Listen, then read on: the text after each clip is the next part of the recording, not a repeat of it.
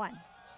Well, hello, everyone. We are here at St. John Fisher College. We have just wrapped up the second practice against the Buffalo Bills. Now, unfortunately for the Browns, nagging muscle injuries are still the order of the day. Justin Gilbert, they are down to nothing at the defensive back position. Justin Gilbert went down with what appeared to be like a hip flexor, and Terrell Pryor felt the hamstring grab again, so he sat out tonight. So, Tom, it's just one after another. Yeah, it's amazing.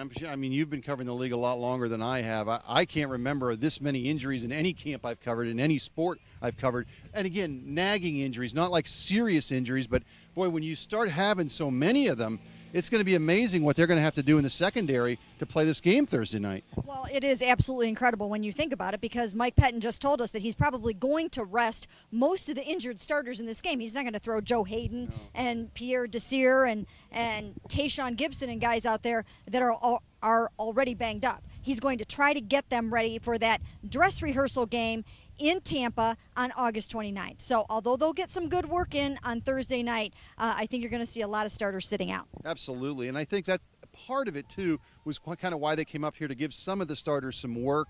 But, yeah, if they could push that first game back a few more weeks, they'd be happy with the secondary. And as far as Terrell, boy, I don't know about you, but I was really looking forward to seeing him play Thursday night. That was, to me, going to be one of the big storylines, other than the quarterbacks, was to see how this guy could do. And now it's probably going to have to wait at least another week.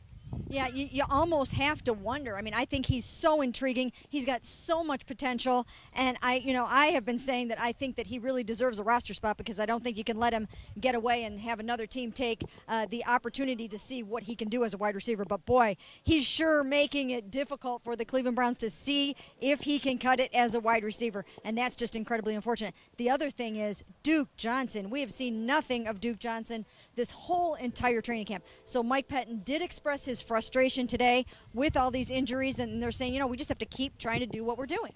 Yeah, and again, especially when you're talking about a rookie guy that we think is going to be a big part of this offense, and you just can't get this kind of time back as a rookie. Joe Hayden, guys like that, Tayshaun Gibson, they'll be okay as long as they're healthy. They know the defense. This is a brand new offense, and it's a rookie, and it's going to be tough to catch up.